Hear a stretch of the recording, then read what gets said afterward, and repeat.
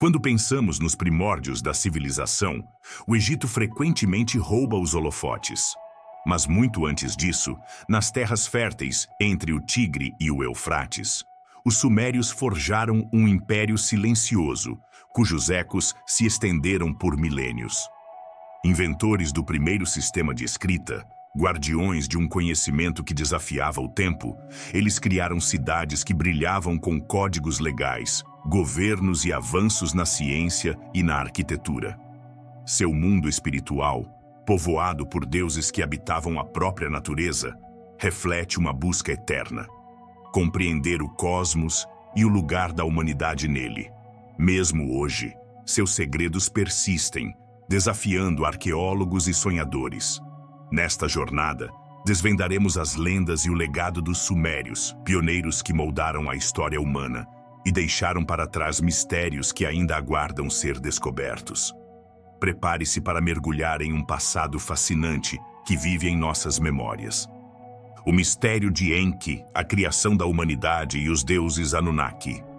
Quando remontamos aos primórdios da civilização, aquelas terras onde as primeiras cidades nasceram e os primeiros templos foram erguidos, encontramos uma cultura que não apenas domou o tempo e o espaço, mas também teceu um universo de mitos que ainda hoje nos emociona. Na antiga Suméria, os mitos não eram apenas histórias para entretenimento, eram a estrutura invisível que sustentava a realidade. E no centro desse mundo mitológico estava um grupo de deuses cuja influência era abrangente, os Anunnaki. Seu nome, traduzido do idioma sumério, significa descendentes do céu, e não há maneira melhor de descrevê-los. Para os sumérios, eles eram os grandes juízes do destino, aqueles que mantinham o equilíbrio entre o céu e a terra, os emissários de uma vontade superior que governava o universo. Eles eram mais do que divindades. Eram autoridades cósmicas. E, de acordo com as lendas mais antigas, esses seres não se limitavam a observar de longe. Eles participaram ativamente da criação da humanidade.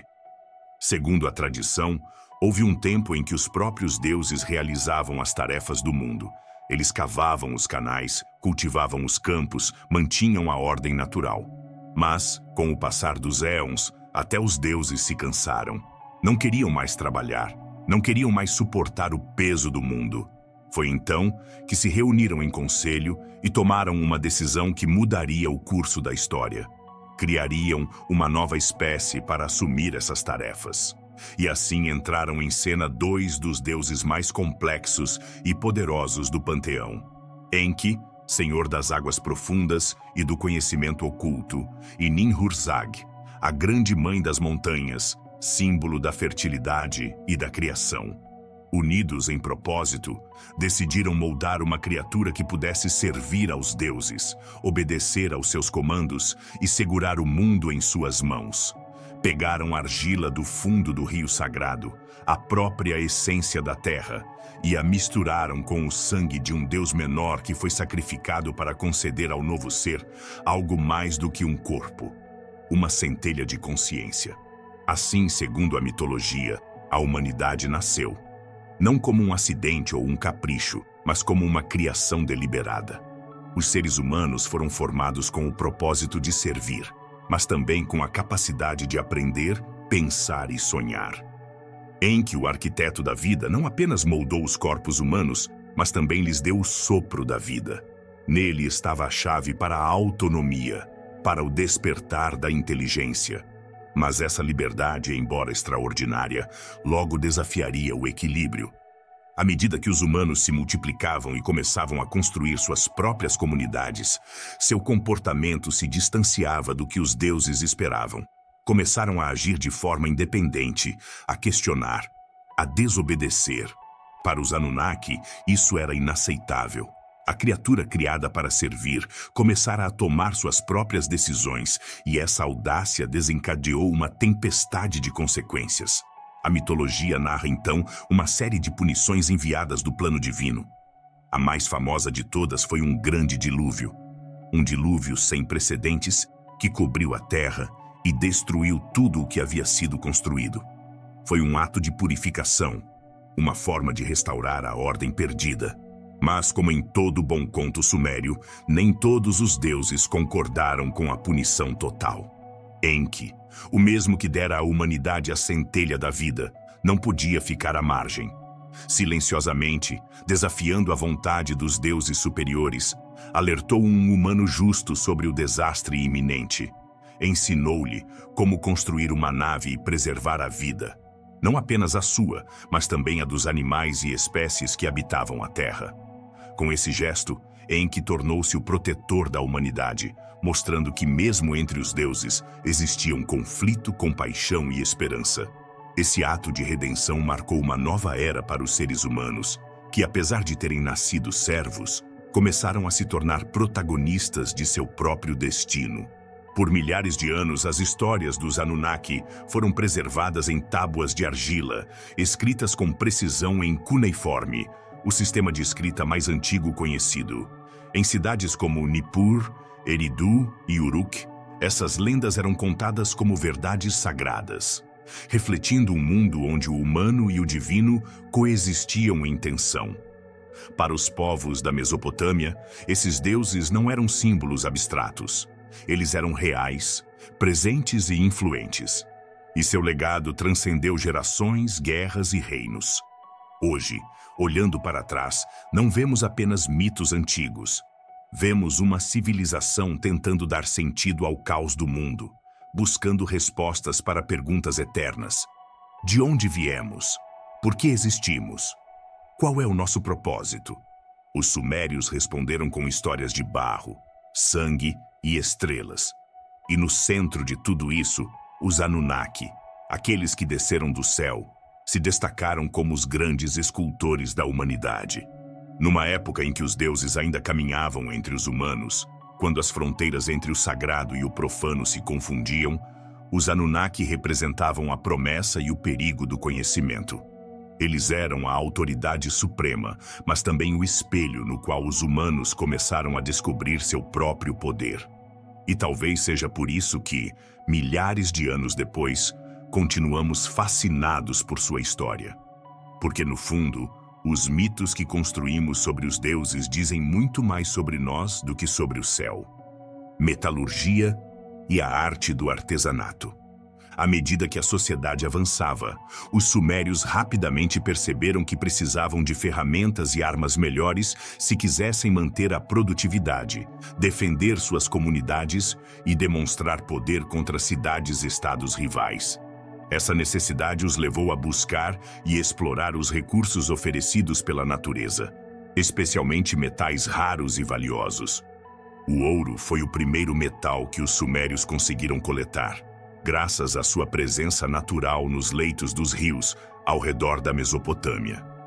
Os sumérios não precisaram procurar muito para encontrar minúsculas partículas de ouro misturadas à areia do rio, e a partir daí aprenderam a fazer joias simples, achatando-as, martelando-as e moldando-as em brincos, colares ou pingentes primorosamente trabalhados. Essas peças eram decorativas e um símbolo claro da riqueza e do poder de seu dono. Mas o ouro era muito mole para ser usado como ferramenta ou arma. Então, os sumérios tiveram que procurar outro metal que pudesse atender às demandas mais severas da vida cotidiana. Isso os levou ao cobre. No entanto, minerar e trabalhar com esse metal não era uma tarefa fácil. O minério de cobre não ocorria naturalmente nas planícies da Mesopotâmia. Estava enterrado nas profundezas das montanhas Zagros, a centenas de quilômetros de suas cidades. Equipes de mineradores e comerciantes tinham que atravessar desertos e montanhas traiçoeiros apenas para trazer de volta pesados pedaços de minério de cobre azul esverdeado. Uma vez obtidos esses materiais preciosos, os sumérios tiveram que aprender a construir fornos de argila, alimentá-los com carvão e usar tubos de sopro simples para elevar a temperatura acima de 1000 graus Celsius. Somente sob esse calor intenso, o minério de cobre finalmente derreteu e se depositou no fundo do forno como metal líquido. Os sumérios provavelmente descobriram esse processo por acidente, notando que o minério de cobre derretia quando queimavam cerâmica. A partir daí, por meio de paciente tentativa e erro, aprenderam a controlar o fogo, construir fornos mais resistentes e fazer moldes de argila para fundir cabeças de machado, facas ou lanças para o trabalho e a guerra. Mas os sumérios logo perceberam que o cobre puro ainda era muito mole e deformado pelo uso. Por meio da experiência prática e da observação cuidadosa, descobriram que a mistura de uma pequena quantidade de estanho com cobre produzia uma liga muito mais forte, o que hoje chamamos de bronze. A receita preferida dos sumérios era frequentemente 9 partes de cobre para uma parte de estanho, demonstrando que não dependiam apenas da sorte, mas haviam desenvolvido um profundo conhecimento prático dos materiais, mesmo sem os conceitos científicos que usamos hoje. Ferramentas e armas de bronze logo se espalharam, de machados agrícolas a punhais e pontas de lança militares, e esses produtos de bronze tornaram-se um símbolo do antigo poder sumério. A metalurgia exigia mais do que persistência e criatividade. Também exigia uma coordenação estreita entre artesãos, comerciantes e mineradores. Os minérios de cobre e estanho eram frequentemente cheios de impurezas. Então os sumérios tinham que usar carvão para purificar o metal e aumentar sua qualidade, embora esse processo facilmente quebrasse os fornos e liberasse vapores nocivos à saúde. Manter a temperatura ideal e um fogo constante era uma verdadeira arte, pois um único erro podia arruinar todo o lote, transformando semanas de trabalho em cinzas. Além disso, esses materiais preciosos tinham que ser transportados através de cadeias de montanhas, em jornadas longas e extenuantes, dependendo de uma extensa rede comercial que ligava as muitas cidades-estados da Mesopotâmia. Um fato que surpreende os pesquisadores modernos é a rapidez com que a tecnologia metalúrgica suméria avançou. Em apenas alguns séculos, eles passaram do uso de ferramentas rudimentares de pedra para a produção de grandes quantidades de armas e instrumentos de bronze de alta qualidade. E quase não há evidências nos registros arqueológicos dos erros ou falhas que se poderia esperar. Nenhuma fornalha quebrada, metal rachado ou arruinado, ou grandes lotes de produtos defeituosos. Isso levou alguns estudiosos a se perguntarem se os sumérios poderiam ter aprendido os segredos da metalurgia de outra cultura. Mas até agora, técnicas semelhantes não foram encontradas em nenhum outro lugar do mesmo período. Ainda assim, o mistério de como os sumérios conseguiram atingir tais alturas permanece uma questão que arqueólogos e historiadores ainda precisam responder completamente. E é esse senso de mistério que mantém a história dos sumérios tão fascinante, lembrando-nos de que a criatividade humana pode realmente transcender as fronteiras de qualquer era. Uma religião complexa e politeísta. Nas vastas planícies onde os rios Tigre e Eufrates serpenteavam com temperamento imprevisível, nasceu uma civilização que não apenas cultivou a terra e ergueu cidades, mas também ergueu o olhar para além das nuvens, em direção a um reino invisível e misterioso que governava tudo o que existia. Para os antigos habitantes da Suméria, o mundo não estava sujeito a leis naturais cegas ou a forças impessoais. Tudo, absolutamente tudo, do rugido de uma tempestade à suavidade de uma brisa, de uma colheita abundante à seca mais cruel, era a manifestação direta da vontade divina. A própria vida era um diálogo constante com o sobrenatural, uma dança entre o humano e o eterno. Não era simplesmente superstição, era um modo de vida. Os sumérios construíram templos colossais que se erguiam como montanhas esculpidas por mãos humanas. Essas estruturas, os zigurates, dominavam o centro de cada cidade, não como ornamentos arquitetônicos, mas como escadas simbólicas para os céus. Cada nível, cada tijolo, cada canto estava carregado de intenção. Eram súplicas petrificadas, gritos silenciosos, buscando atrair o olhar dos deuses. Subir seus degraus não era apenas um ato físico, mas uma ascensão espiritual em direção à morada sagrada. Dentro desses templos, longe da agitação das ruas, os sacerdotes exerciam um papel de enorme responsabilidade. não eram meros guias religiosos, eram pontes vivas entre os mundos visível e invisível. Seu treinamento era rigoroso, quase científico, pois cada gesto, cada palavra, cada objeto usado nos rituais tinha que ser executado com precisão infalível. O menor erro, uma palavra mal pronunciada, uma oferenda incorreta, podia ser interpretado como uma ofensa grave, capaz de provocar a ira dos deuses e desencadear tragédias sobre toda a comunidade. Em um mundo governado por forças invisíveis, o sacerdote era o guardião do equilíbrio. As oferendas cuidadosamente selecionadas eram colocadas diante dos altares com devoção.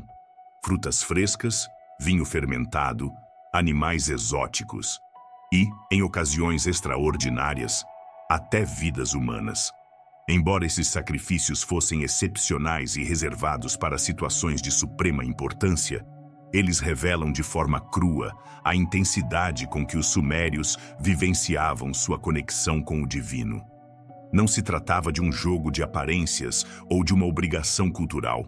Era um compromisso absoluto, uma fé esculpida em sangue e fogo. Cada cidade-estado tinha sua divindade tutelar, um protetor celestial que conferia identidade, orgulho e destino ao seu povo. Nippur era confiada ao grande senhor do vento e da autoridade, enquanto em Eridu o foco era o sábio senhor das águas subterrâneas e da criação. Mas o fascinante é que os sumérios nunca imaginaram seus deuses como seres solitários. Para eles, os céus eram uma comunidade em si, uma corte divina que refletia, e às vezes até imitava, as complexidades do mundo humano. Os mitos não apenas explicavam a origem das coisas. Eles ofereciam conforto, ensinamentos e espelhos nos quais o povo podia ver seus próprios dilemas refletidos.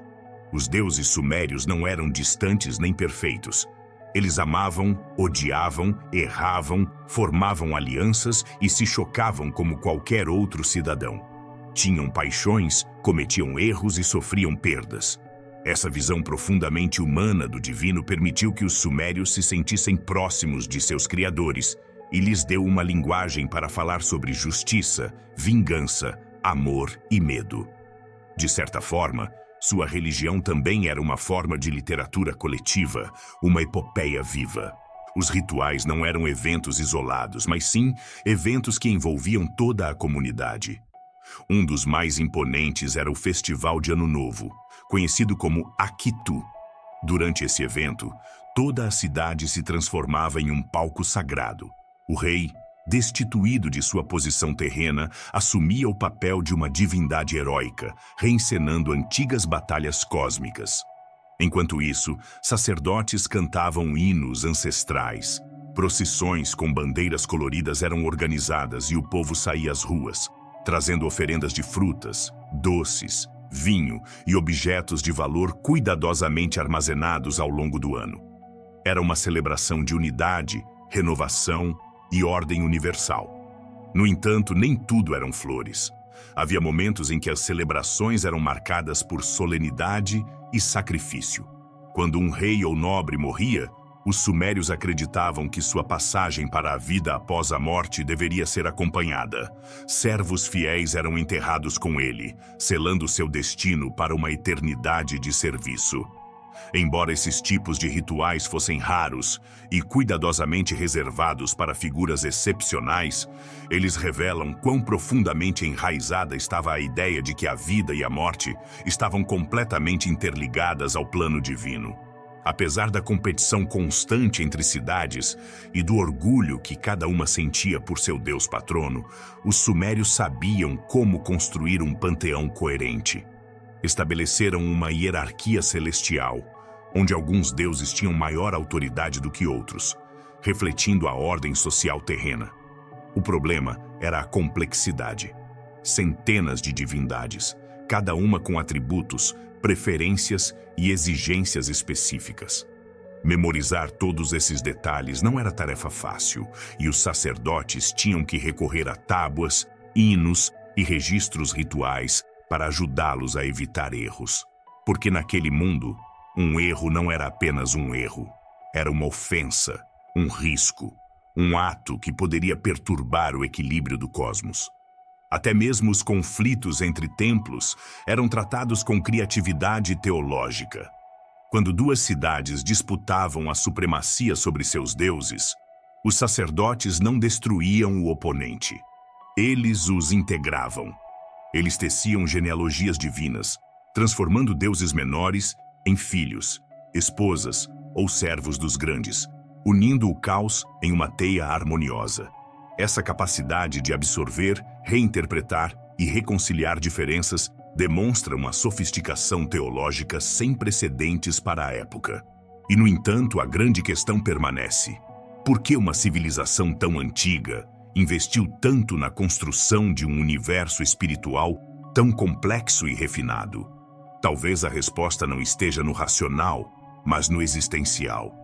Viver em uma terra tão instável como a Mesopotâmia, onde inundações podiam destruir anos de trabalho em poucas horas, onde doenças atacavam sem aviso, onde guerras eram frequentes e o futuro incerto.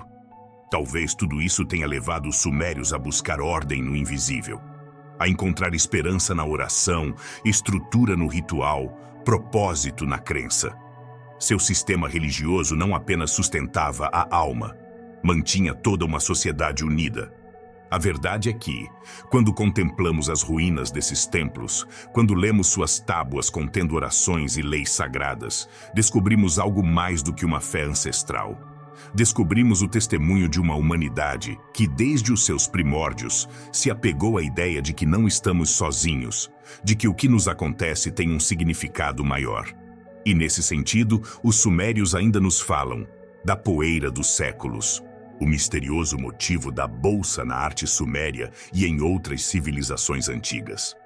Nos recantos mais antigos da arte humana, onde a pedra se torna um testemunho silencioso da alma ancestral, existe um símbolo que parece resistir ao esquecimento. Não pertence a uma única língua nem a um único Deus. Não está vinculado a um império ou a um profeta. Parece repetidamente, como se a própria história se recusasse a deixá-lo ir. É uma pequena figura, quase despercebida pelo olhar rápido. Uma bolsa. Pequena, com corpo retangular e alça curva, pendurada serenamente nas mãos de figuras outrora consideradas divinas. Nos relevos sumérios, os deuses que governam em seus pedestais de pedra o seguram solenemente. Não parece ser um objeto qualquer. Está no centro da imagem, no meio do gesto, como se carregá-lo fizesse parte de um rito sagrado. Mas o desconcertante é que esse símbolo não pertence apenas aos vales férteis da Mesopotâmia. Ele também aparece esculpido nas paredes de templos egípcios, nas formas geométricas das civilizações do Vale do Indo, entre relevos maias e até mesmo nas ruínas megalíticas da Turquia. Em cada caso, a bolsa está lá, inalterada, como se tivesse viajado no tempo por vontade própria. Como é possível que a mesma figura tenha atravessado culturas, continentes e milênios, deixando uma marca quase idêntica em povos que, segundo a história convencional, nunca se encontraram? O que aquela bolsa continha que merecesse ser representada ao lado dos deuses? As respostas, como costuma acontecer com mistérios antigos, são muitas e contraditórias.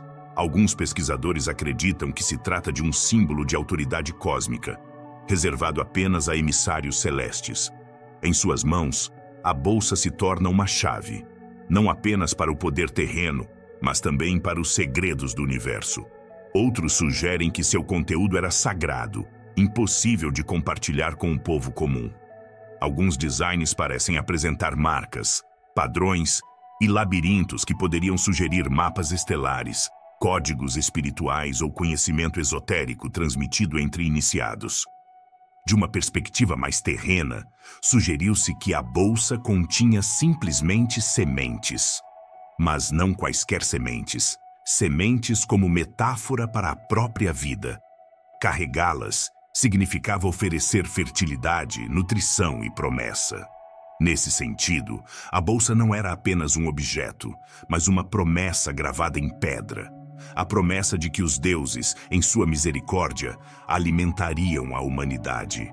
Outros a veem como uma caixa ritual, um recipiente para armazenar pedras mágicas, talismãs de proteção e amuletos contra sombras.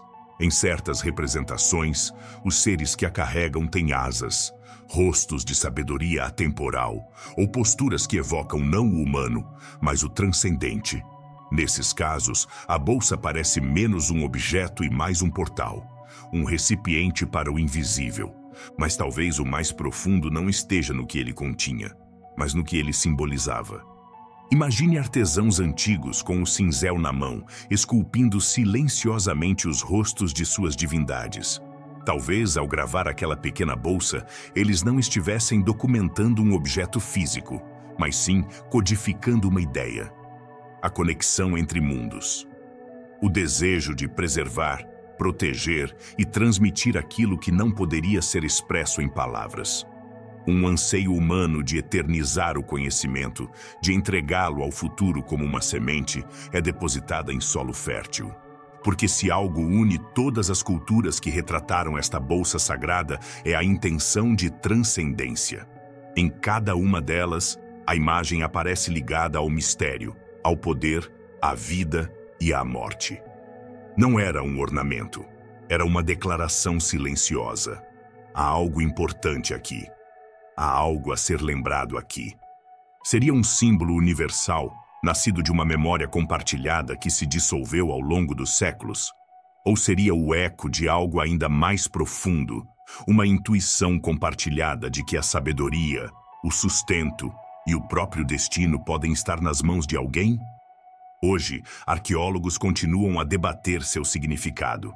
Alguns o estudam como uma curiosidade estética, outros como uma pista que pode mudar completamente a forma como entendemos civilizações antigas. E embora especialistas discutam, a bolsa permanece lá, nas pedras, nas tábuas, nos altares e nas sombras de templos esquecidos, esperando que alguém se lembre do que ela contém.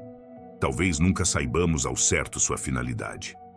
Mas em sua repetição, em seu mistério persistente, a pequena bolsa nos lembra de algo essencial, que mesmo os objetos mais simples podem suportar o peso do universo, o misterioso desaparecimento dos sumérios. Quando voltamos nosso olhar para os ecos distantes do passado, para aquela vasta e luminosa jornada que os povos do sul da Mesopotâmia percorreram por mais de 3 milênios, descobrimos não apenas uma história de esplendor, mas também uma lição velada tecida com fios de glória e advertência.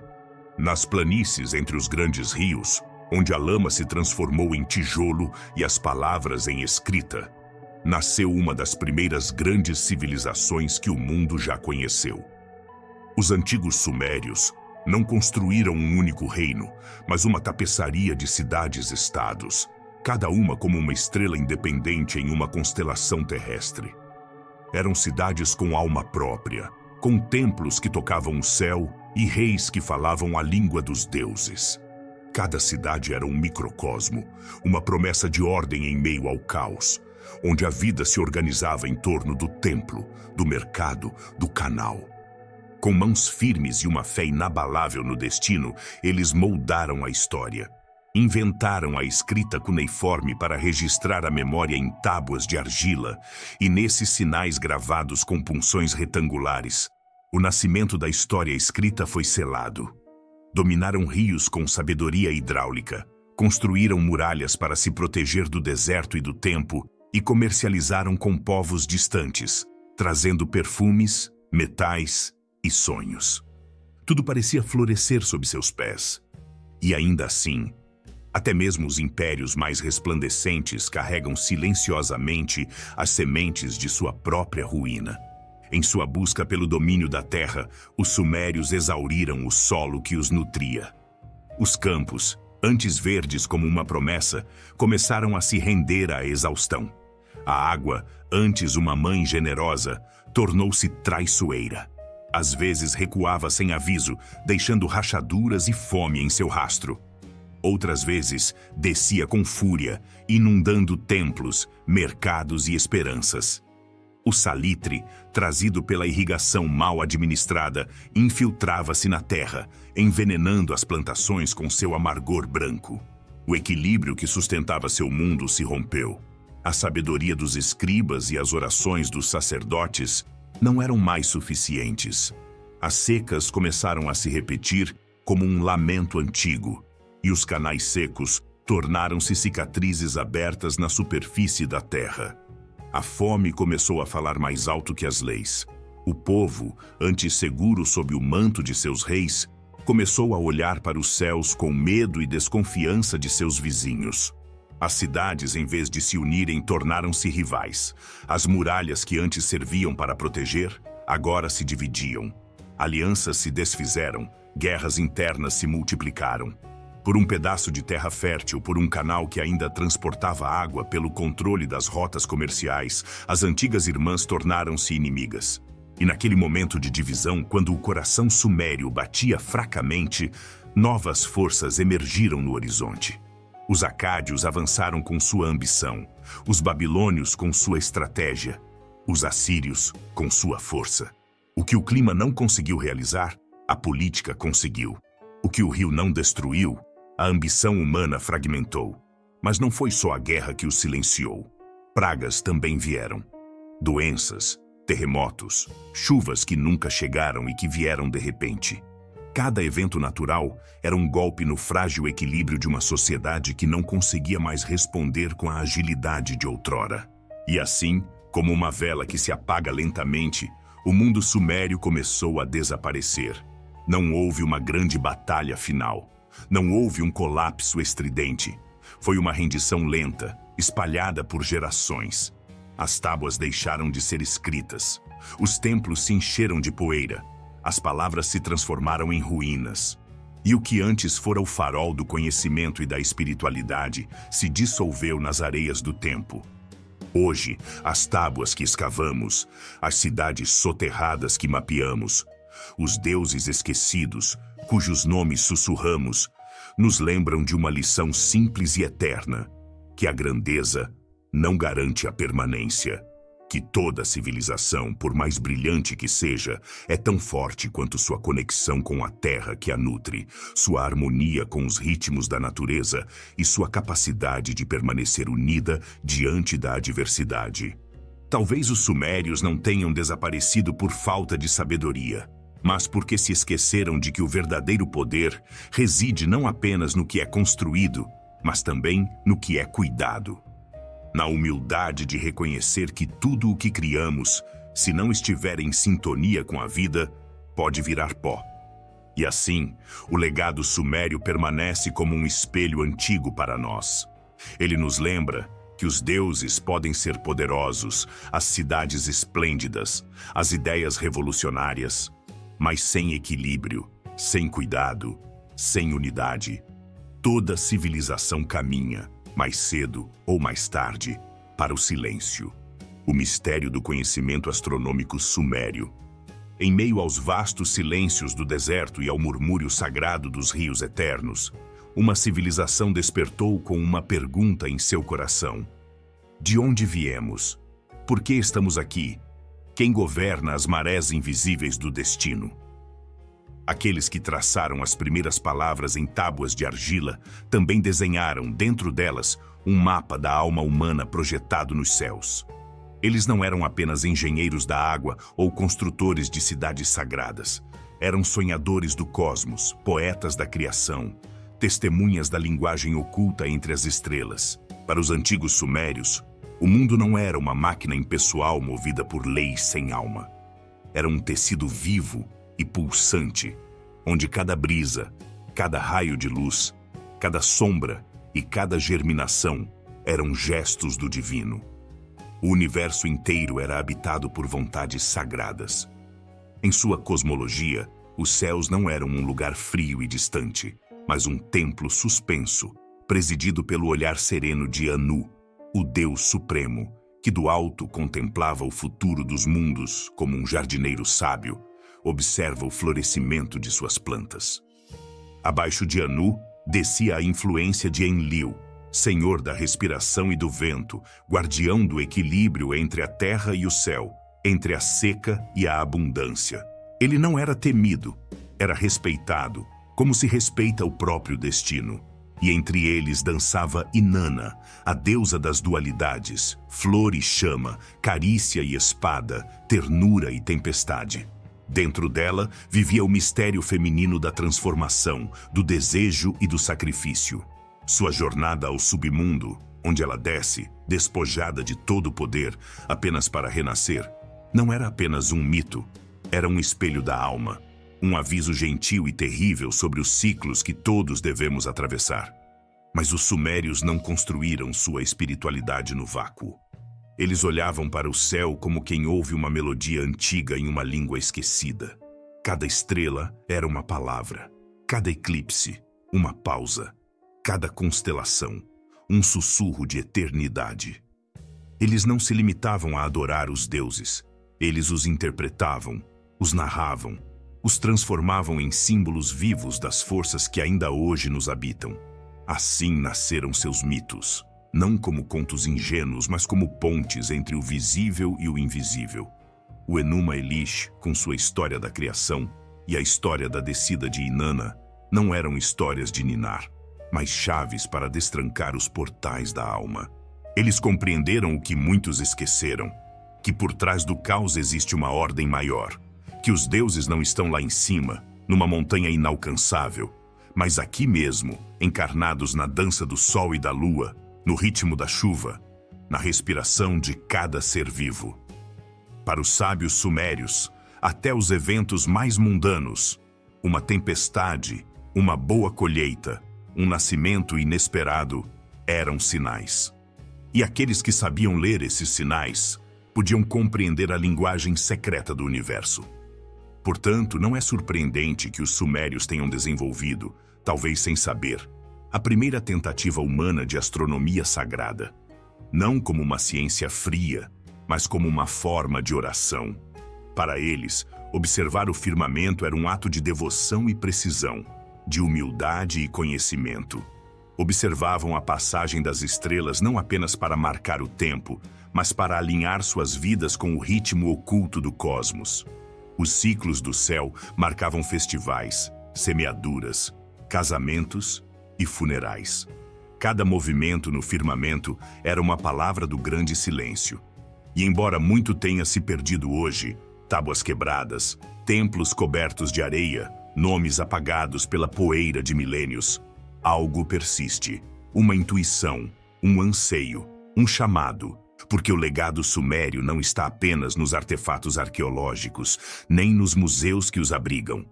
Está na maneira como ainda buscamos significado entre as estrelas. Está em cada ser humano que, em meio à sua vida cotidiana, olha para o céu noturno e se pergunta: quem sou eu? Que propósito me guia? Estou sozinho? Os sumérios nos ensinaram que não estamos sozinhos. Que existe uma ordem além das aparências, uma dança entre o caos e a harmonia que continua a se repetir, século após século, em cada coração que busca compreender. Talvez essa tenha sido sua maior oferenda ao mundo, lembrar-nos de que o divino não é um poder alienígena e distante, mas uma presença que sussurra dentro de cada um de nós. Que o universo existe não apenas para ser observado, mas para ser sentido, para ser amado. E que a alma humana, como uma semente escondida sob a terra, também aspira a florescer para o alto, em busca daquele mesmo céu que os sumérios desenharam com palavras de barro e fogo. O mistério dos selos sumérios, arte, religião e símbolos estranhos. Entre as ruínas douradas pelo sol de uma era passada, sob as areias que guardam os sussurros de uma civilização que outrora dialogou com as estrelas, pequenos fragmentos esculpidos em pedra e metal sobrevivem. São discretos, às vezes do tamanho de um polegar, mas contêm mundos inteiros.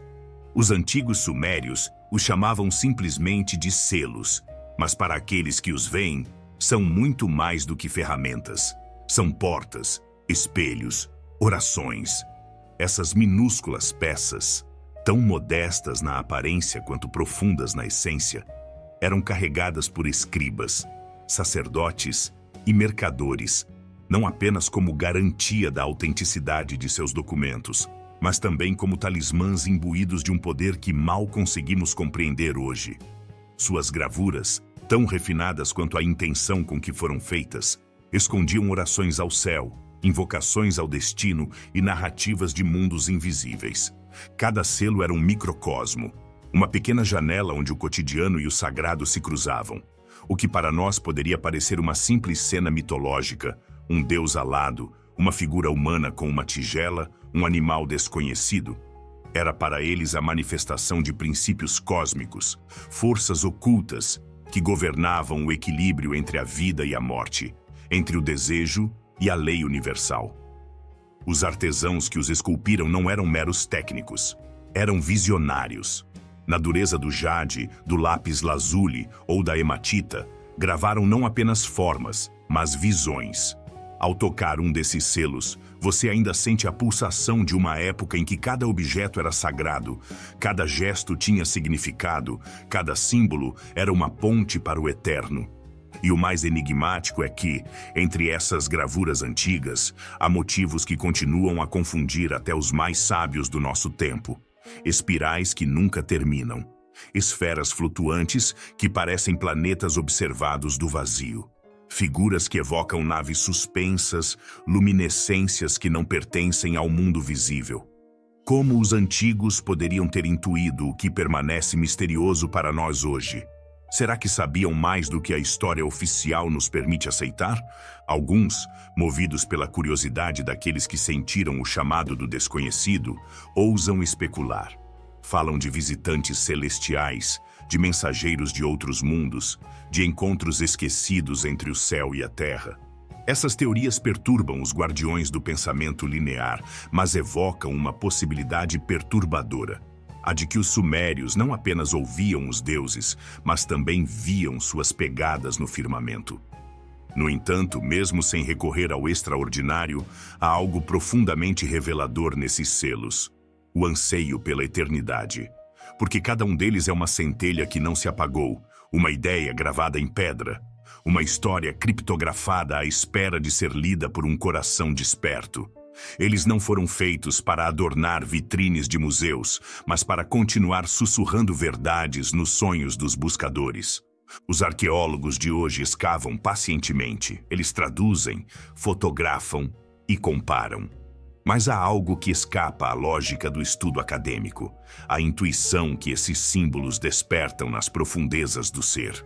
Porque os selos não falam apenas ao intelecto, eles falam à alma, e a alma reconhece o que é seu, mesmo que tenha permanecido adormecida por milênios. Ao olhar para eles, você sente que o tempo se dissolve, que o passado não está atrás de você, mas abaixo, pulsando como uma raiz ancestral, e que cada símbolo, cada figura, cada ponto, cada linha aparentemente trivial, poderia conter o mapa de um universo inteiro. Como se os sumérios, em sua sabedoria silenciosa, tivessem querido nos deixar migalhas de pão na escuridão, pequenos guias para encontrar o caminho de casa. Talvez, no fim das contas, não importe tanto se esses símbolos aludem a estrelas, deuses ou visitantes de outros mundos. O que realmente importa é que eles ainda estejam vivos, que ainda falem conosco, que permaneçam como faróis na neblina, e que quando os tocamos, mesmo com os olhos ou com os pensamentos, algo dentro de nós se lembre. Lembre-se de que houve um tempo em que cada ação humana fazia parte de uma dança maior, em que os objetos não eram utilitários, mas sagrados, em que o silêncio podia falar, em que o invisível não era menos real e que, no pequeno, pode habitar o infinito. O grande zigurate de Ur.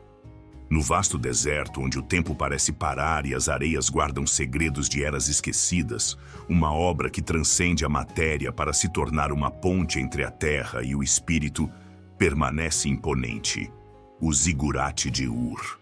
Não é apenas uma estrutura, é uma canção petrificada, um poema de tijolos que a humanidade legou para nos lembrar que nosso destino reside não apenas no tangível, mas no eterno diálogo com o cosmos. Esta montanha de degraus, nascida da visão de gerações, não foi a criação de um momento ou de uma vontade única. Ur-Nammu iniciou o sonho, e seu filho Shulgi, fiel a esse legado, levou-o adiante. Assim, Ano após ano, século após século, mãos mortais moldaram com argila e fé uma conexão com o divino. Cada tijolo, assentado com amor, era uma prece, um convite à ascensão não apenas física, mas também espiritual. O zigurate não era simplesmente um santuário, mas o coração pulsante de Ur, a cidade onde o homem buscava a harmonia com as forças que governam o céu e a terra. Em seu topo ficava o templo dedicado a Nana, o deus que guia a lua e, com ela, os ciclos invisíveis que dão ritmo à vida. Somente os guardiões do mistério, os escolhidos, podiam entrar naquele recinto sagrado. No entanto, a energia daquele lugar irradiava-se para todos os cantos da cidade. Ao redor do zigurate, agitação e silêncio se entrelaçavam. Armazéns que abrigavam a abundância, casas de sacerdotes que zelavam pelo equilíbrio espiritual e ruas que respiravam o pulsar de uma civilização que compreendia sua fragilidade e sua grandeza. Talvez o zigurate fosse também um espelho do cosmos, um observatório primordial, um símbolo da montanha sagrada onde o homem toca o infinito. Hoje, o que permanece de pé são as raízes, o alicerce que resiste à erosão de milênios. As alturas se perderam no turbilhão do tempo, mas a essência persiste, convidando-nos a refletir sobre a nossa própria construção. Que torres construímos em nossas vidas? São monumentos ao ego ou degraus em direção à luz interior? O zigurate de Ur, com seus passos silenciosos, nos convoca a ascender, não apenas na geografia da Terra, mas no vasto território da alma.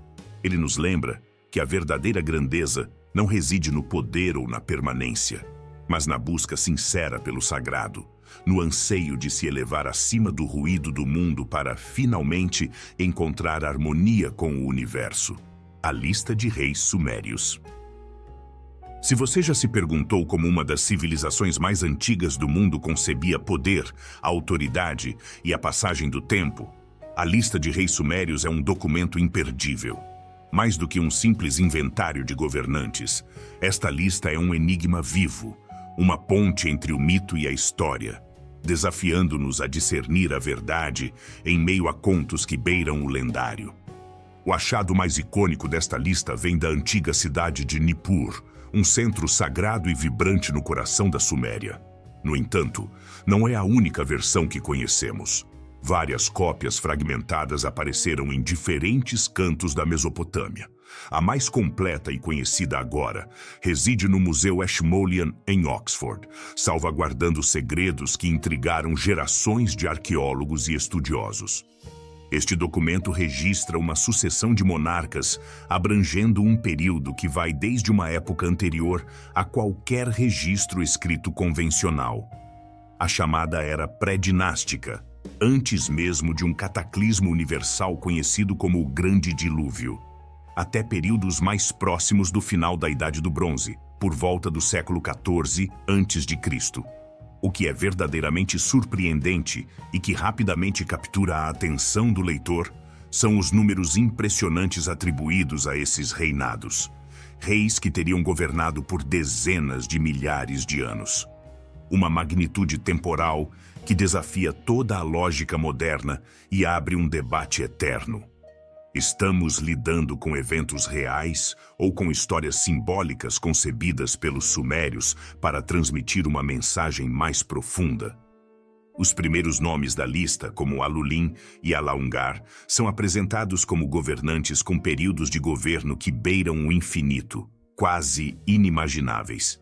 No entanto, à medida que avançamos no tempo, encontramos figuras como Gilgamesh, cujo reinado é apoiado por evidências arqueológicas e textos literários da época. Gilgamesh, o rei semidivino, cujas histórias inspiraram épicos e reflexões sobre a mortalidade, surge como a ponte que conecta o mítico à realidade tangível. Essa mistura de deuses, heróis e governantes históricos é o que torna a lista de reis sumérios uma fonte inesgotável de perguntas e maravilhas para aqueles que buscam compreender o passado. O debate atual entre especialistas é intenso e fascinante. Alguns argumentam que esta lista nada mais é do que uma ferramenta política. uma tentativa deliberada de legitimar a autoridade da dinastia governante da época, imbuindo-a de uma linhagem quase divina e eterna. Outros, no entanto, veem nesses números colossais uma metáfora para o desejo humano de transcender o tempo, um reflexo do anseio pela eternidade e pela conexão com o divino, uma forma simbólica de expressar que o poder, para eles, era mais do que apenas governar. Era uma porta de entrada para a imortalidade. Mas o mistério não termina aí. Se observarmos atentamente, ecos surpreendentes emergem entre a lista de reis sumérios e histórias antigas que sobreviveram em outras culturas, especialmente nas tradições bíblicas. A história do Grande Dilúvio, uma catástrofe que mudou radicalmente a relação da humanidade com o tempo e a vida, é um desses pontos de contato. Antes desse dilúvio, a vida humana parecia se estender por séculos, quase beirando a eternidade. Depois disso, os anos de reinado e as vidas humanas retornam a limites muito mais reconhecíveis para nós. Essa transição não reflete apenas uma mudança na realidade física, mas uma profunda mudança simbólica na percepção da humanidade sobre sua existência e destino. Assim, a lista de reis sumérios não é apenas um registro antigo, mas um espelho que reflete a complexidade do pensamento sumério, sua visão de tempo, autoridade e legado. Ela nos convida a explorar um mundo onde a história se funde com a lenda e onde cada nome é uma peça de um quebra-cabeça que ainda desafia nossa compreensão hoje. Alulin foi realmente um rei que governou por milhares de anos? Ou esse número é uma forma de nos dizer que seu legado transcendeu gerações e adentrou o reino do divino? A resposta, como tantas outras na arqueologia, reside na intersecção do tangível e do intangível entre a pedra e o mito, e é aí que a aventura do conhecimento se torna irresistível. O papel das mulheres e da rainha Cubaba. Quando pensamos em civilizações antigas, é fácil cair na ideia de que as mulheres eram meras sombras à margem, figuras silenciosas, relegadas ao lar e sem voz própria. Mas se voltarmos nossa atenção para a Suméria, um dos berços da civilização, essa percepção se desfaz radicalmente. Aqui, o papel das mulheres é apresentado como um mosaico surpreendente de autonomia, poder e agência, muito diferente do que poderíamos imaginar no mundo antigo. Na sociedade suméria, as mulheres não estavam destinadas apenas a ser mães e esposas em um ambiente doméstico limitado. Além do lar, elas tinham direitos e liberdades impensáveis para muitas outras culturas de sua época. Podiam possuir terras e propriedades, administrar seus próprios negócios e administrar suas finanças com relativa independência. Tinham até o direito de dissolver um casamento se o relacionamento não atendesse às suas expectativas ou necessidades, um direito inexistente ou extremamente limitado em outras partes do mundo antigo. Esse grau de autonomia, é claro, dependia em grande parte da posição social e da época específica em que viviam. No entanto, o fato de essas liberdades existirem demonstra um sistema jurídico que protegia e reconhecia as mulheres como indivíduos com voz e direitos claros. Mães, esposas, comerciantes. Todas desempenhavam papéis ativos no tecido social, uma realidade muito diferente da ideia comum das sociedades antigas, onde as mulheres eram simplesmente propriedade dos homens ou invisíveis em documentos históricos. Mas a influência feminina na Suméria não se limitou às esferas econômica ou familiar. As mulheres também podiam alcançar posições de grande poder e prestígio nas esferas religiosa e cultural, áreas onde a autoridade não era apenas respeitada, mas também reverenciada. Um exemplo emblemático é Enheduanna, filha do lendário Sargão da Acádia. Ela não apenas ocupou o cargo de alta sacerdotisa na cidade de Ur, como também é reconhecida como a primeira autora mulher na história da humanidade. Seu legado literário, composto por poemas e orações dedicados à deusa Inanna, não só tem valor religioso, mas também reflete uma profunda expressão pessoal de fé, esperança e visão da perspectiva de uma mulher de seu tempo. Os textos de Enreduana transcendem o mero ritual ou tradição. Eles ecoam a voz de uma mulher que usou o poder do conhecimento e da espiritualidade para reivindicar um lugar único em uma sociedade dominada pelos homens. Ela se tornou um modelo para outras mulheres sumérias, demonstrando que o intelecto e a fé podem ser armas poderosas para influenciar a cultura e a política. E se falamos de poder em termos de governo e liderança, a história nos apresenta uma figura singular que desafiou todas as normas de seu tempo: a rainha Kubaba.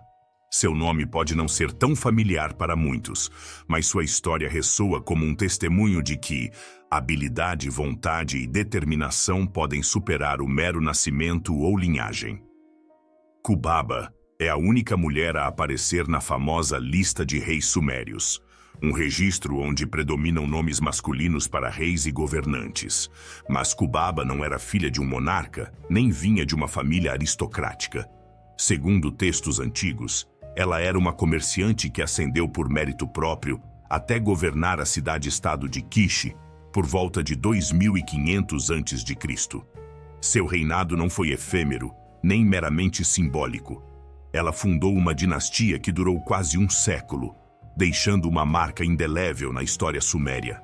Ela representa uma força feminina em uma era em que a política e o poder eram quase exclusivamente reservados aos homens. No entanto, apesar da proeminência de figuras como Enreduana e Kubaba, o cotidiano da maioria das mulheres sumérias, especialmente aquelas pertencentes às classes mais baixas, permanece um mistério para arqueólogos e especialistas. A maioria dos registros que chegaram até nós reflete a experiência e os interesses da elite ou daqueles que ocupavam papéis especiais na sociedade, deixando um grande vazio sobre como era realmente o cotidiano das mulheres comuns. Ainda assim, as evidências disponíveis nos mostram que na Suméria, as mulheres não eram meras figuras passivas, mas sim presenças ativas e multifacetadas que influenciaram o desenvolvimento social, econômico, religioso e cultural. Sua história nos convida a romper com estereótipos e a compreender que, desde os tempos antigos, o gênero feminino desempenhou papéis essenciais e, por vezes, surpreendentes nas grandes civilizações que moldaram nossa história. A lendária cidade de Arata. Quando nos aprofundamos nos antigos épicos sumérios, surge um nome que parece flutuar entre a história e o mito, um lugar imerso em mistério e fascínio: Arata. Esta cidade, descrita como a grande rival de Uruk, cativou a imaginação de gerações inteiras, evocando imagens de uma metrópole tão rica e poderosa que até mesmo os grandes reis sumérios a consideravam com respeito e cautela. Em contos épicos como a Epopeia de Enmerkar e as lendas que cercam Lugalbanda, Arata aparece como um reino prodigioso, um tesouro escondido em terras remotas. Suas riquezas não se limitavam a meros bens materiais. Falava-se de metais exóticos extraídos de minas secretas, gemas que brilhavam com um brilho incomparável e de um artesanato refinado, criado por mãos magistrais, que ultrapassava qualquer padrão então conhecido. Esta cidade não apenas acumulava riqueza, era um centro de cultura, criatividade e tecnologia avançada. Um lugar cuja fama transcendia fronteiras e despertava admiração em toda a região. No entanto, apesar da proeminência de Arata em textos e narrativas sumérias, sua localização real permanece um dos enigmas mais profundos para arqueólogos e historiadores modernos. A busca para descobrir onde esta cidade se situava gerou uma variedade de teorias abrangendo vastas regiões geográficas, cada uma tão plausível quanto intrigante.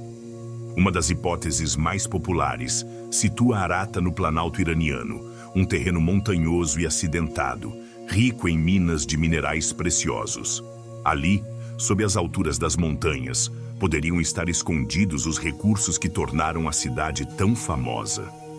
Outros especialistas apontam para o Cáucaso, uma região montanhosa que, durante milênios, foi um cruzamento cultural e comercial entre várias civilizações antigas. Outros ainda apontam para o distante Vale do Indo, um lugar onde floresceram culturas igualmente avançadas, ricas em história, tecnologia e comércio. Cada um desses locais abre novas possibilidades, mas também apresenta desafios significativos. A ausência de vestígios arqueológicos inequívocos em Arata mantém viva a especulação e o debate, ao mesmo tempo que alimenta a esperança de que um dia possa ser encontrado. É como um quebra-cabeça cuja última peça continua faltando, deixando o quadro incompleto e aberto a múltiplas interpretações.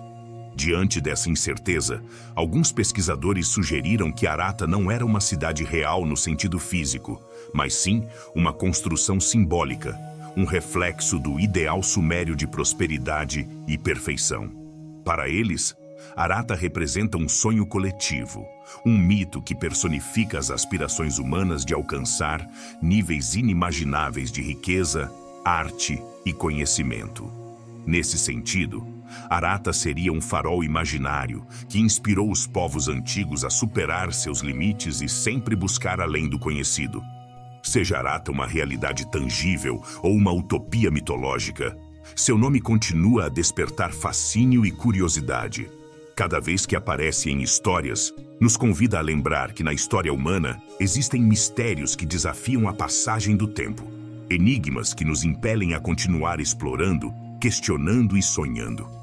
Arata é, em última análise, um lembrete de que nem tudo foi dito, de que a aventura da descoberta ainda está viva, esperando que novas gerações ousem desvendar seus segredos.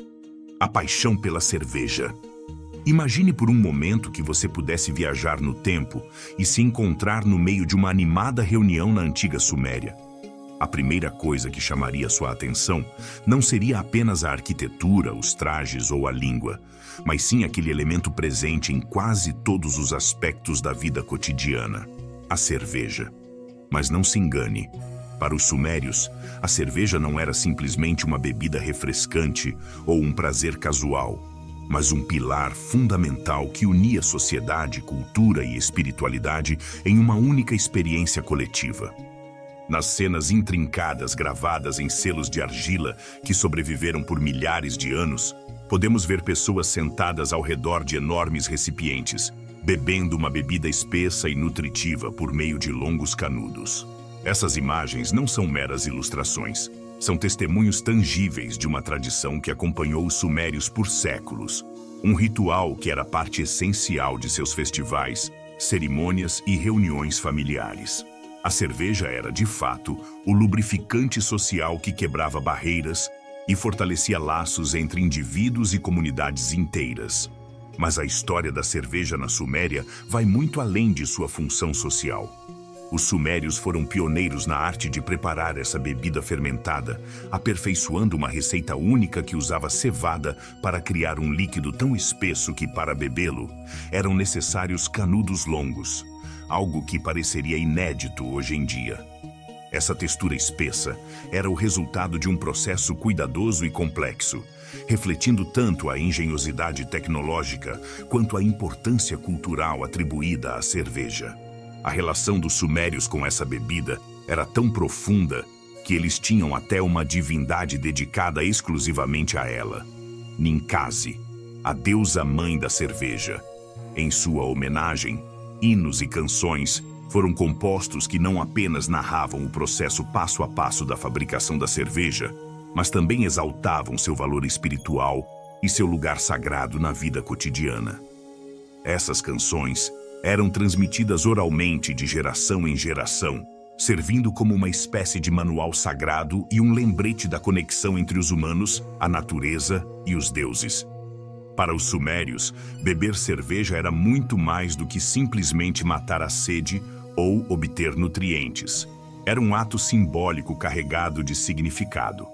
A cerveja era vista como uma dádiva divina, um elo tangível com os deuses que proporcionava alegria, alívio e uma sensação de realização. Após dias exaustivos, compartilhar uma jarra dessa bebida ajudava a dissipar a fadiga e renovar o espírito, reforçando o senso de comunidade e pertencimento. Essa tradição, longe de se limitar à Suméria, deixou uma marca duradoura no mundo antigo, influenciando outras culturas que adotaram e adaptaram a fabricação e o consumo de cerveja. Em essência, a história da cerveja suméria nos mostra como algo tão mundano quanto uma bebida pode se transformar em um fenômeno cultural e espiritual, uma ponte que conecta gerações e civilizações na busca universal por felicidade e unidade.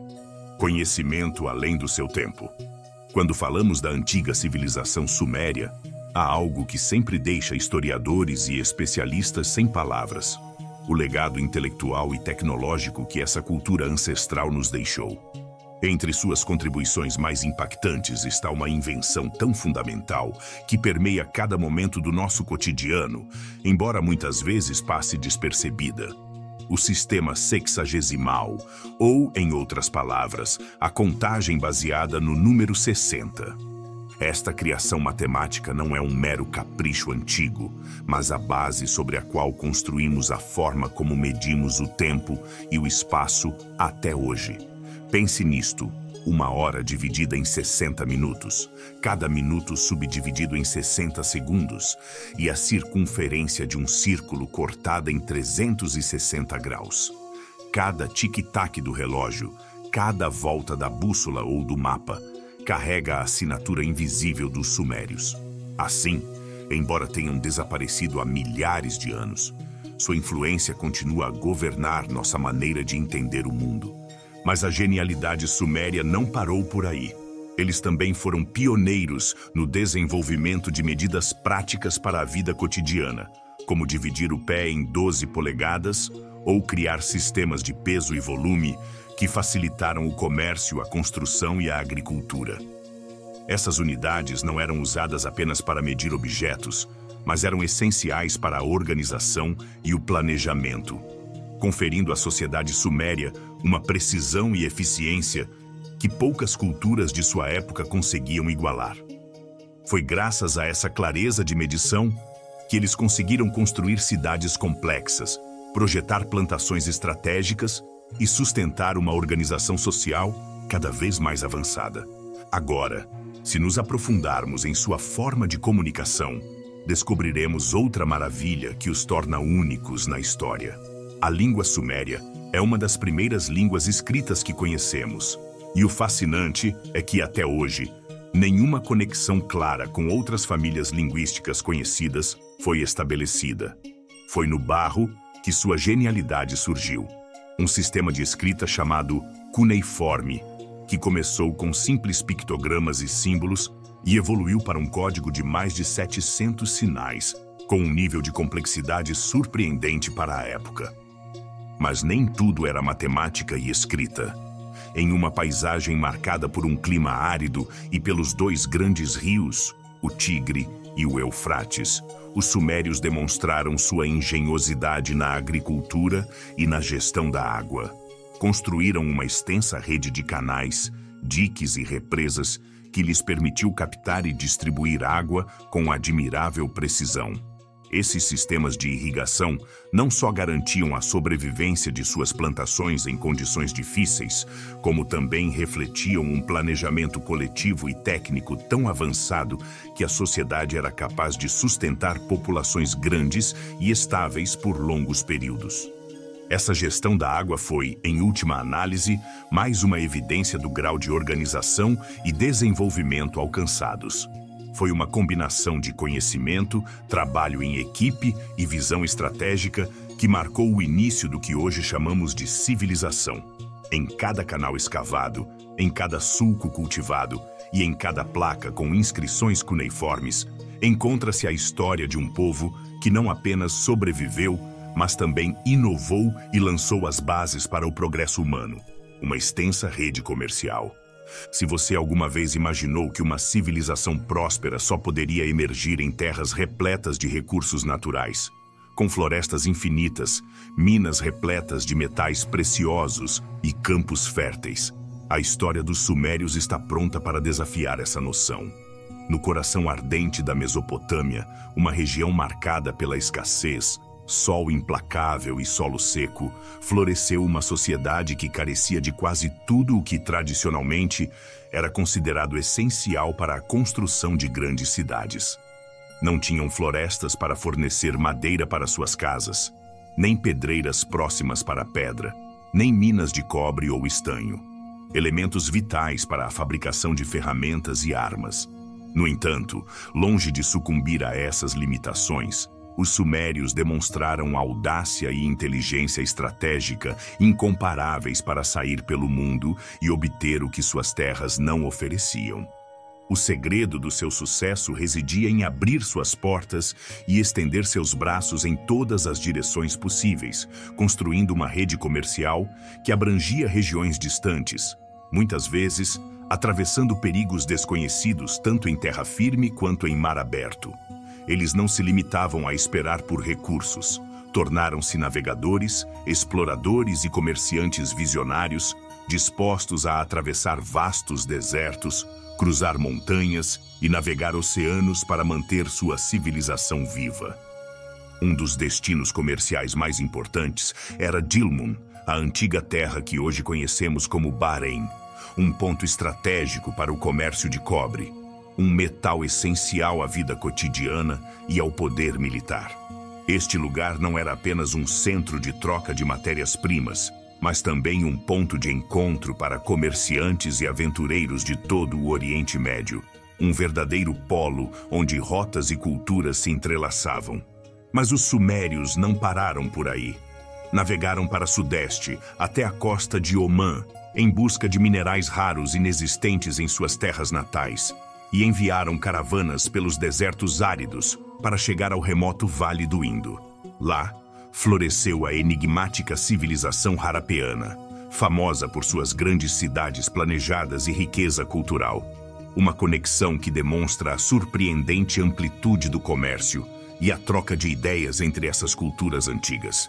Ao mesmo tempo, caravanas sumérias partiam para noroeste, chegando à Anatólia, atual Turquia, uma região conhecida por seus recursos abundantes e valiosos, incluindo estanho, prata e pedras preciosas. Sua busca incansável por materiais também os levou a cruzar o mar Mediterrâneo, navegando até o Líbano, onde cresciam majestosos cedros. Seus troncos robustos tornaram-se a matéria-prima para a construção dos mais grandiosos palácios e templos sumérios. Os textos e registros que sobreviveram falam até mesmo de sonhos comerciais que tocaram terras distantes como Egito e Etiópia, lugares exóticos onde ouro, marfim, especiarias e outros tesouros inestimáveis foram obtidos, cada um deles acrescentando riqueza material e cultural à já impressionante rede suméria. Cada vez que arqueólogos descobrem vestígios de antigas rotas comerciais ou encontram uma embarcação, gema ou artefato fora de seu local de origem, seu espanto aumenta. A escala e o alcance da rede comercial suméria parecem quase inimagináveis para a época. No entanto, apesar de tudo o que sabemos, muitos mistérios permanecem. Como eles conseguiram organizar expedições tão massivas em um mundo sem mapas detalhados, navios avançados ou comunicações modernas? Quais acordos e alianças políticas tornaram esse vasto intercâmbio possível? Essas questões continuam a motivar a pesquisa e o fascínio por uma civilização que, em vez de se resignar à pobreza de seu entorno, conseguiu tecer uma rede comercial que conectou culturas, impulsionou o progresso e consolidou seu lugar na história como pioneira do comércio internacional. Um dos primeiros sistemas jurídicos. Na vasta tapeçaria da história humana, poucos marcos ressoam tão poderosamente quanto o nascimento do direito. Foi na antiga Suméria, há mais de 4.000 anos, que uma revolução silenciosa, porém decisiva, emergiu. O estabelecimento de um conjunto de leis claras, públicas e justas, destinadas a ordenar a vida de uma sociedade que crescia em complexidade e diversidade. Essa mudança crucial tomou forma no que conhecemos hoje como o Código de Ur-Nammu, datado por volta de 2010 anos antes de Cristo. Um legado monumental que marcou o início de uma nova era para a humanidade. Imagine o reino de Ur, governado por um rei que não apenas detinha o poder político, mas também se considerava o guardião nomeado pelos próprios deuses An e Enlil, guardiões do cosmos e da justiça. Foi esse monarca quem proclamou com voz firme e autoridade divina as primeiras leis inscritas em tábuas de argila, gravadas com símbolos cuneiformes, para que todos as conhecessem e respeitassem. Essas leis não eram meras ordens arbitrárias, mas expressões profundas da visão suméria de equidade, proteção dos fracos e equilíbrio social. O Código de Ur-Nammu não apenas delineou regras, mas também colocou os mais vulneráveis no centro, buscando garantir sua proteção em um mundo onde o poder frequentemente oprimia.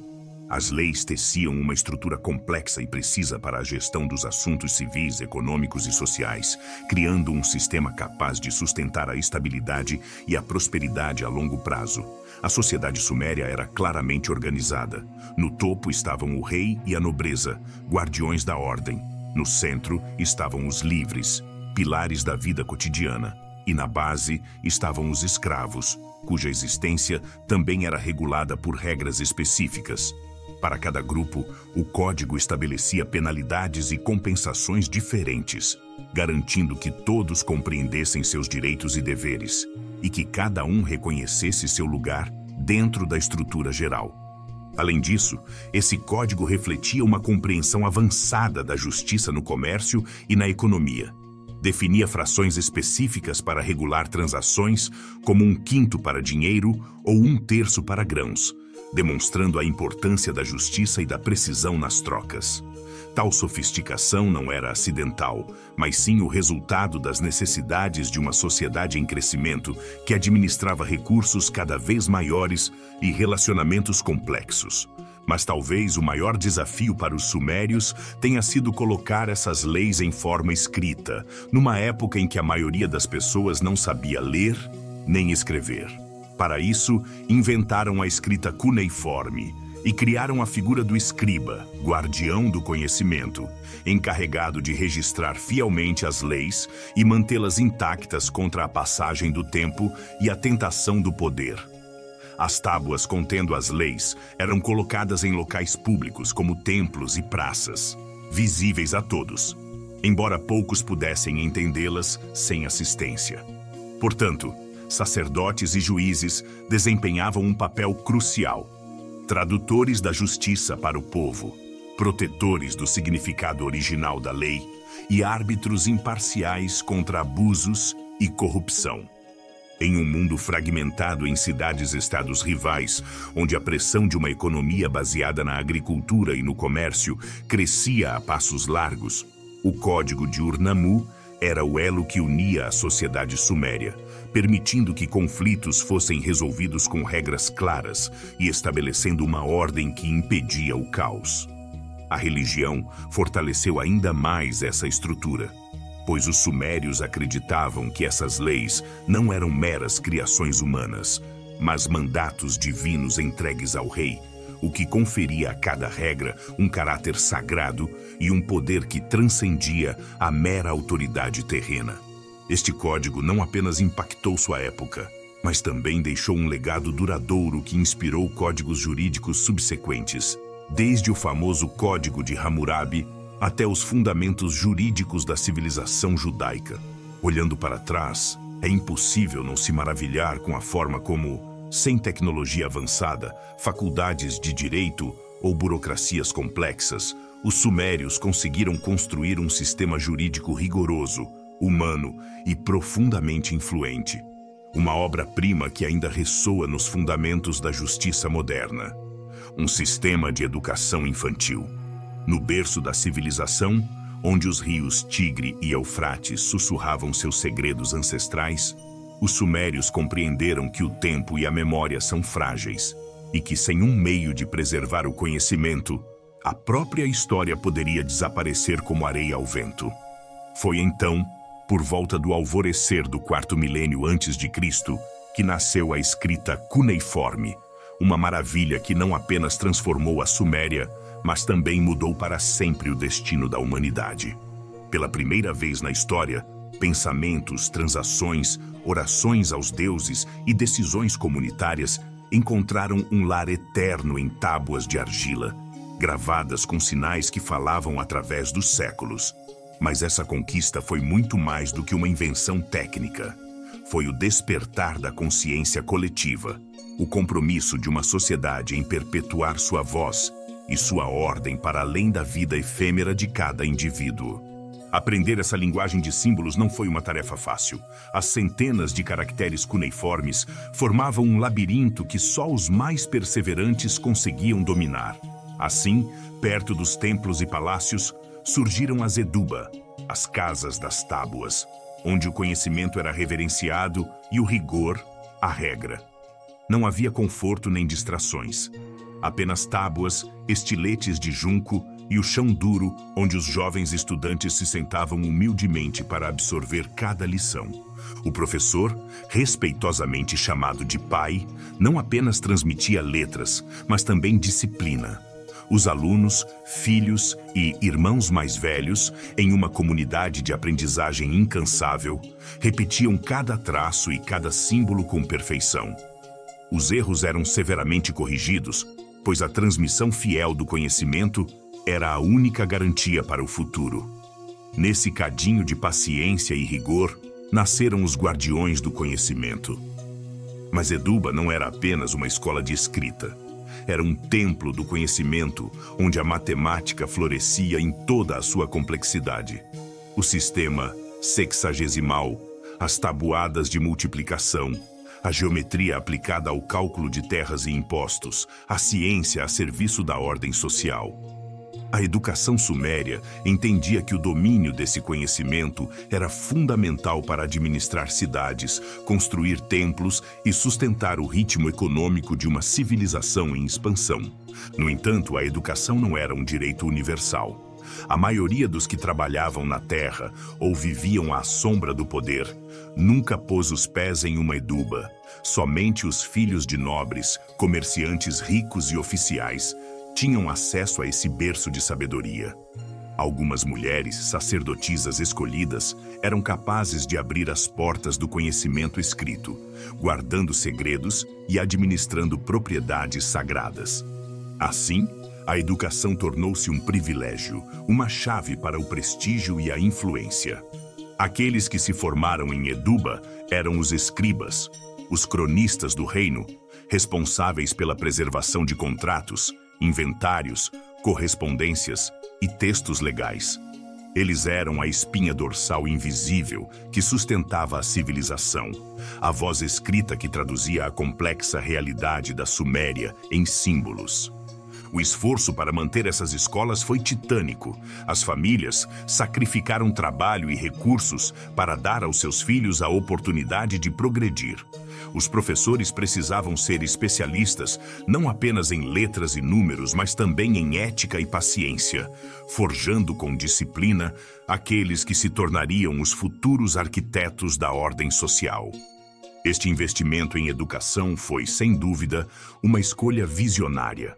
Durante séculos, a Eduba manteve viva a chama do conhecimento, servindo de modelo para as civilizações seguirem, semeando as sementes do sistema escolar moderno e simbolizando o poder do conhecimento como base indispensável para qualquer comunidade próspera. Mesmo hoje, olhando para aquele tempo distante, a pergunta permanece: o que levou os sumérios a dedicar tantos recursos e anos ao cultivo da educação formal? Em um mundo repleto de incertezas e lutas cotidianas, a resposta deles foi clara e profunda. Conhecimento não é apenas poder, mas a própria alma da civilização, o farol que guia a humanidade em direção ao seu destino mais elevado. Rituais funerários complexos. Nas profundezas da antiga cidade de Ur, sob a terra que outrora pulsava com o murmúrio da vida, arqueólogos, guiados pela intuição de Leonard Woolley, desenterraram mais do que tumbas. Revelaram um cosmos oculto onde poder, fé e destino se entrelaçavam em um ritual perpétuo. Mais de 2.000 sepulcros dormiam em silêncio, mas apenas 16 ostentavam a marca sagrada da realeza. tumbas que falavam em uma linguagem de ouro, outra pedra e sacrifício contando histórias de glória e mistério insondável. O túmulo da rainha Puabi permanece na memória como um testemunho solene de como os sumérios concebiam a vida e a morte como duas correntes do mesmo rio eterno. Lá ela jaz, reclinada em uma cama de madeira, adornada com colares de ouro que refletiam a luz como estrelas cadentes, brincos que imitavam a lua crescente e um toucado que fundia o brilho do lápis lazuli e pedras preciosas distantes, ecos de mundos distantes convergindo para homenagear sua passagem. Ao seu lado, como guardiões eternos, jaziam 25 almas, guerreiros, músicos, servos, imóveis, mas vivos em seu propósito. Continuar servindo sua rainha além do véu deste mundo. Não foi um evento isolado, mas parte de um grande rito tecido com fios de poder e crença. Em outras câmaras, os mortos repousavam cercados por tesouros de sublime artesanato, taças de ouro, vasos esculpidos por mãos de mestres e o lendário estandarte de Ur, um relicário que narrava em conchas e pedras a dualidade da guerra e da paz, reflexo de uma arte que eternizou a história e a alma sumérias. Mas a grandiosidade desses rituais não se limitava à oferenda material.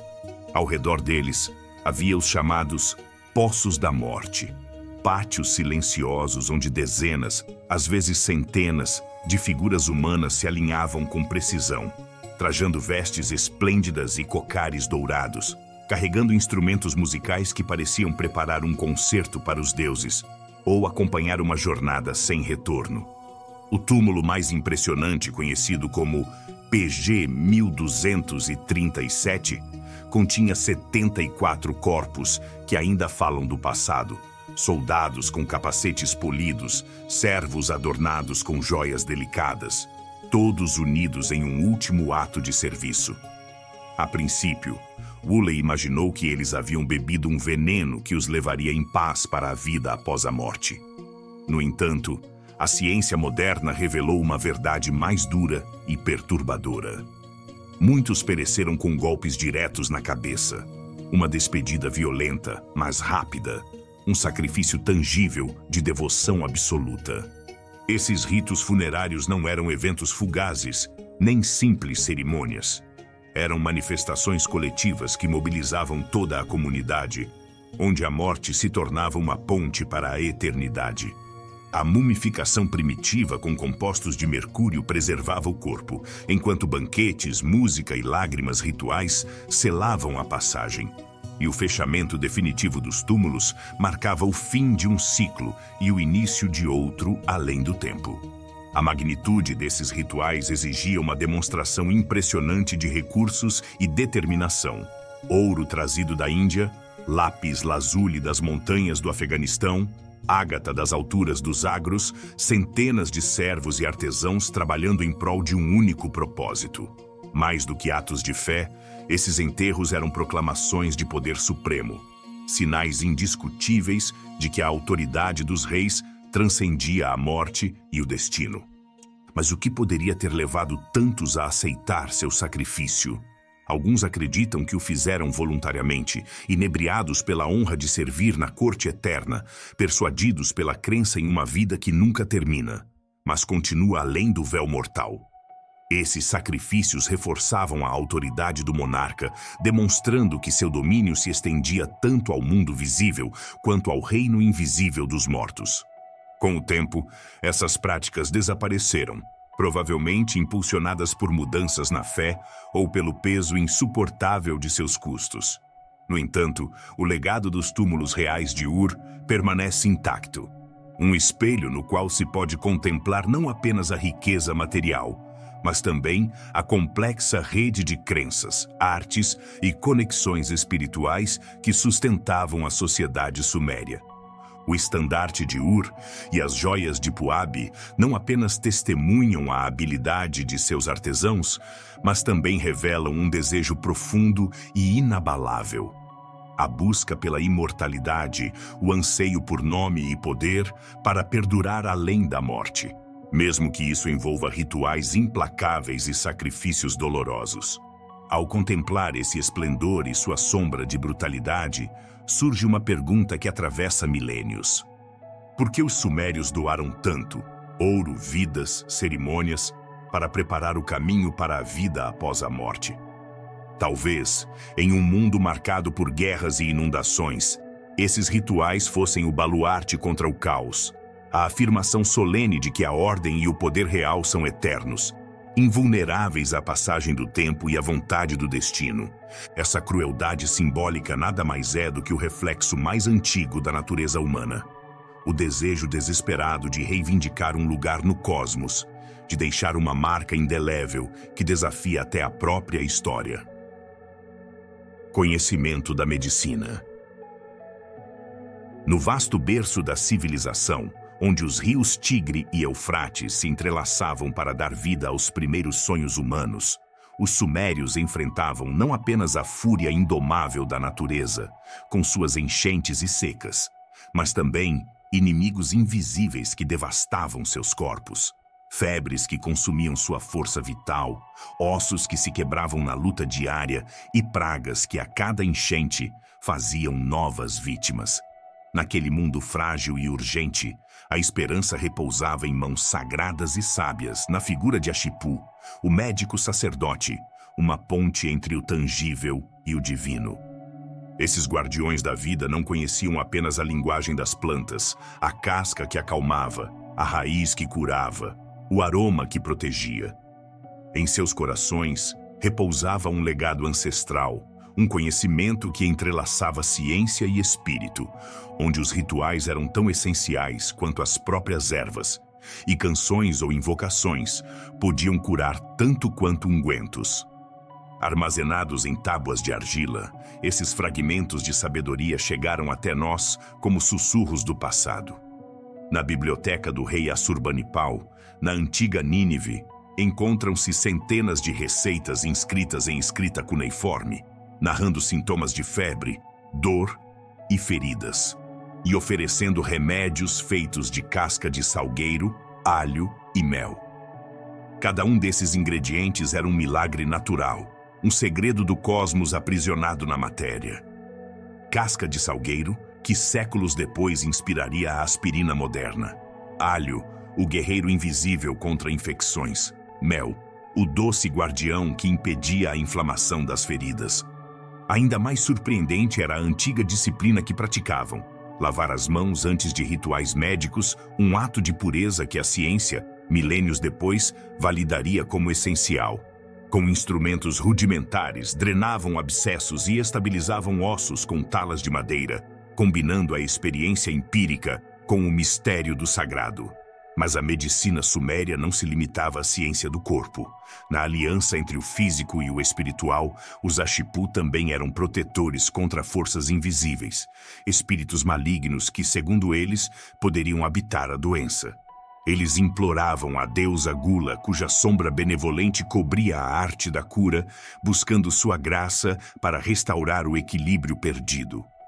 A coleta de ervas não era um ato comum.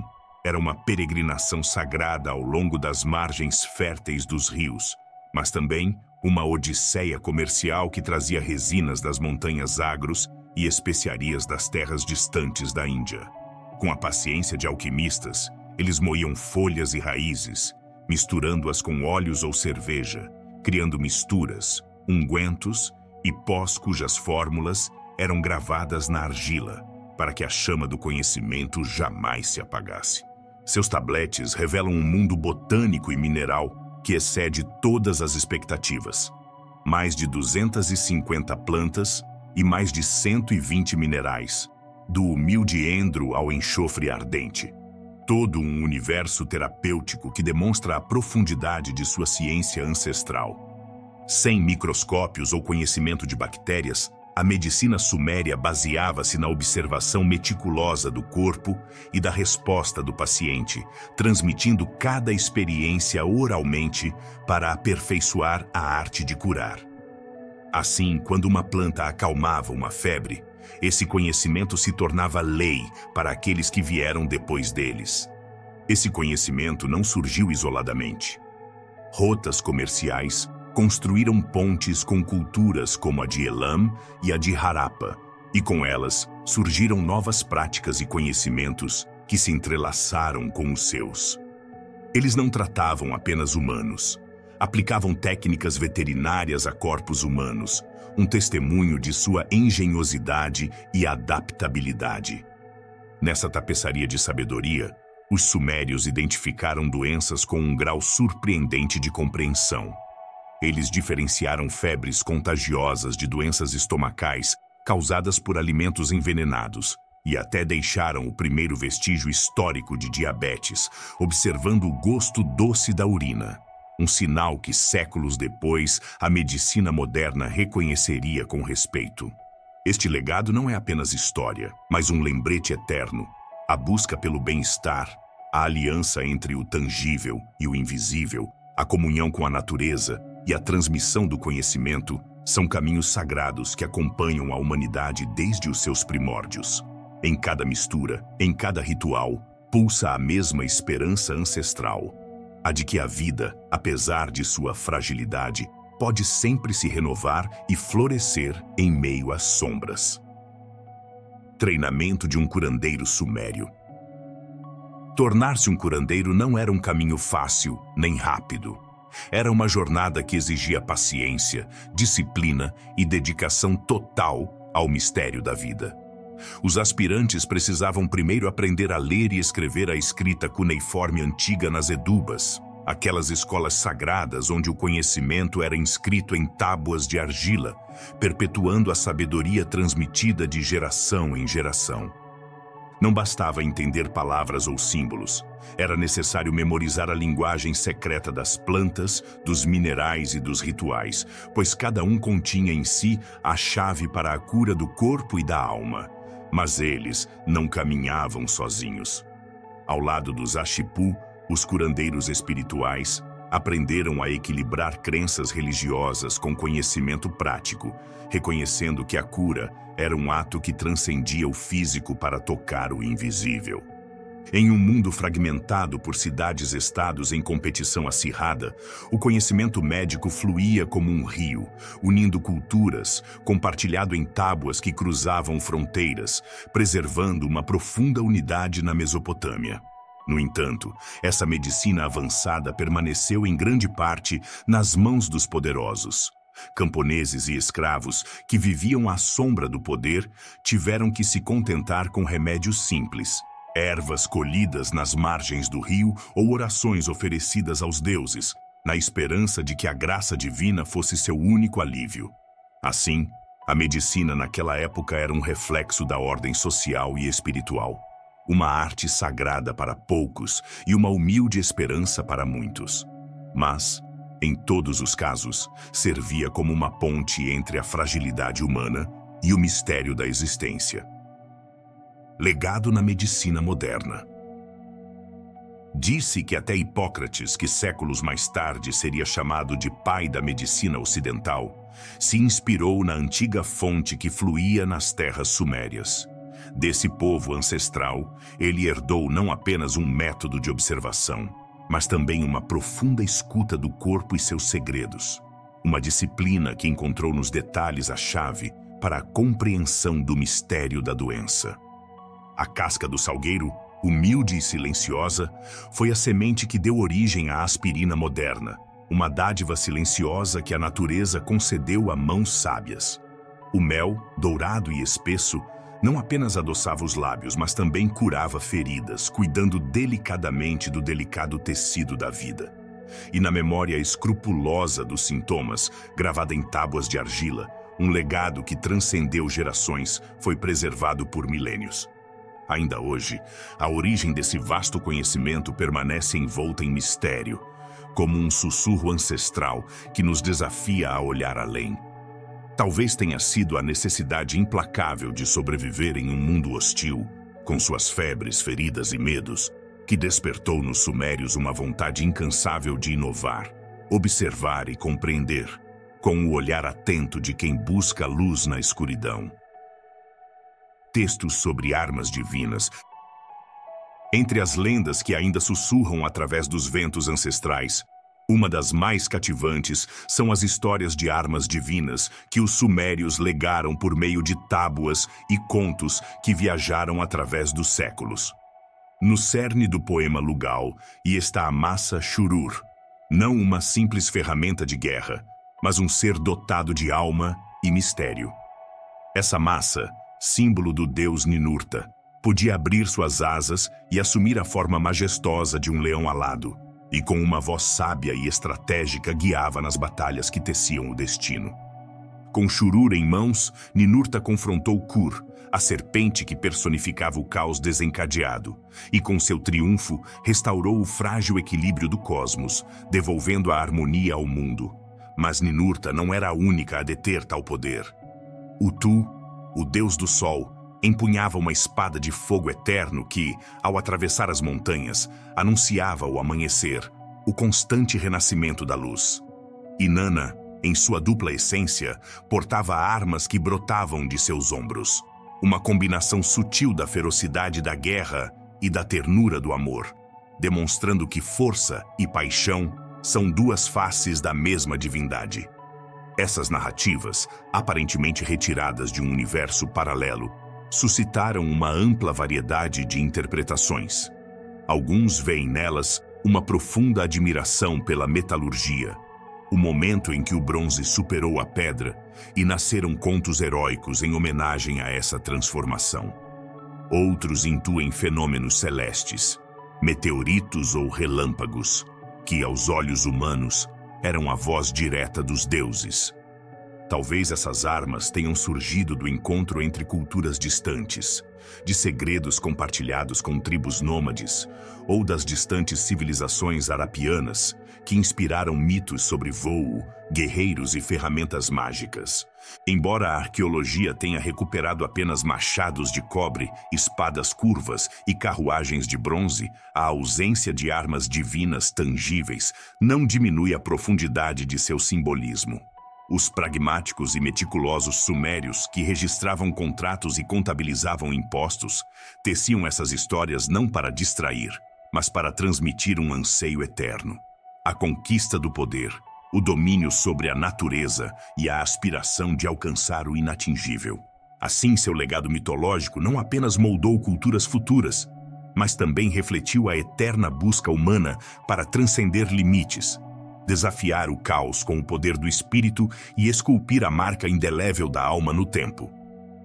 A lenda suméria do Grande Dilúvio, uma história atemporal. Na vasta tapeçaria da mitologia suméria, a história do Grande Dilúvio surge como um eco antigo que atravessa o tempo e as civilizações, semeando histórias semelhantes no coração do antigo Oriente Próximo. Essa narrativa, capturada na epopeia de Ziusudra, na epopeia de Gilgamesh e no canto de Atrahasis, descreve uma tempestade divina, um castigo lançado dos céus para espiar os erros da humanidade.